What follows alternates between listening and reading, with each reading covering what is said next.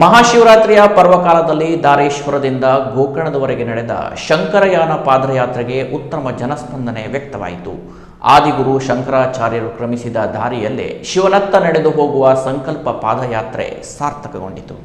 ಕುಮಟಾದ ಯುಗಾದಿ ಉತ್ಸವ ಸಮಿತಿ ಆಯೋಜಿಸಿದ್ದ ಈ ಪಾದಯಾತ್ರೆಯಲ್ಲಿ ನೂರಾರು ಭಕ್ತರು ಭಾಗವಹಿಸಿ ಕಾರ್ಯಕ್ರಮವನ್ನು ಯಶಸ್ವಿಗೊಳಿಸಿದರು.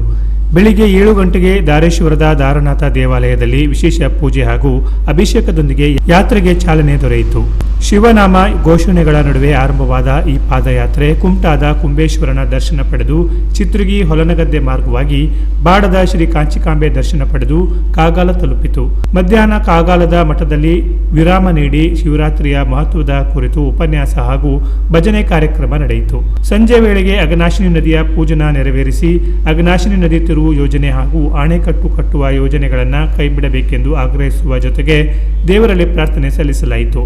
ನಂತರ ಬಾರ್ಜ್ ಮೂಲಕ ದಾಟಿ ತದಡಿ ಮಾರ್ಗವಾಗಿ ಅಹಿಚಿತ್ರ ತಲುಪಿದ ಯಾತ್ರಿಕರು ಅಶೋಕೆಯ ಶ್ರೀ ಮಲ್ಲಿಕಾರ್ಜುನ ಸನ್ನಿಧಿಯಲ್ಲಿ ದರ್ಶನ ಪಡೆದು ನಂತರ ಕೋಟಿ ತೀರ್ಥದ ಮೂಲಕ ಗೋಕರ್ಣದ ಮಹಾಬಲೇಶ್ವರ ಸನ್ನಿಧಿಗೆ ಆಗಮಿಸಿದರು.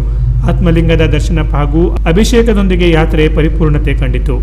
ಈ ಸಂದರ್ಭದಲ್ಲಿ ಯುಗಾದಿ ಉತ್ಸವ ಸಮಿತಿಯ ಸಂಚಾಲಕ ಮುರಳೀಧರ ಪ್ರಭು ಮಾತನಾಡಿ, ಶಂಕರರು ಕ್ರಮಿಸಿದ ಪಥದಲ್ಲಿ ನಾವು ನಡೆದು ಶಿವನ ದರ್ಶನ ಪಡೆಯುವುದು ನಮ್ಮೆಲ್ಲರಿಗೂ ಹೊಸ ಅನುಭವ. ಇದು ಕೇವಲ ಪಾದಯಾತ್ರೆಯಲ್ಲ, ಆತ್ಮಚಿಂತನೆಯ ಯಾನ. ಭಕ್ತರ ಉತ್ಸಾಹ, ಶಿಸ್ತು ಮತ್ತು ಸಹಕಾರ ನಮ್ಮ ನಿರೀಕ್ಷೆಗಿಂತ ಹೆಚ್ಚಾಗಿದ್ದು ಈ ಶಂಕರಯಾನ ನಮ್ಮ ಜೀವನದಲ್ಲಿ ಮರೆಯಲಾಗದ ಅಧ್ಯಾಯವಾಗಿದೆ ಎಂದರು.